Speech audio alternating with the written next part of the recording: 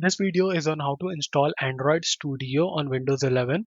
So first you need to go to this page, developer Android Studio com/studio. Okay, so go to this page, click on download Android Studio Flamingo. It will download the latest version of Android Studio. Click on the .exe file that is downloaded.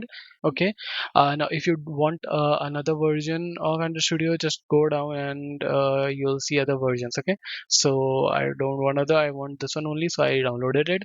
Click on .exe, it will open. Now you have to install it, so just click on next. So make sure that Android virtual device is selected, then click on next, finish whatever comes till you get this completed. Then you will have Android Studio sort of wizard, and click on next. Then I selected standard installation. Then click on all these three: Android's SDK license, Android SDK preview license, and extra license. So click on these three, and then for all of these three, click on this accept. Okay, accept for all three. Then you'll get a finish button highlighted, and then click on the finish button. It will download, which will take some time since it downloads, I think, 2 GB. I don't know how long, but it takes some time to download.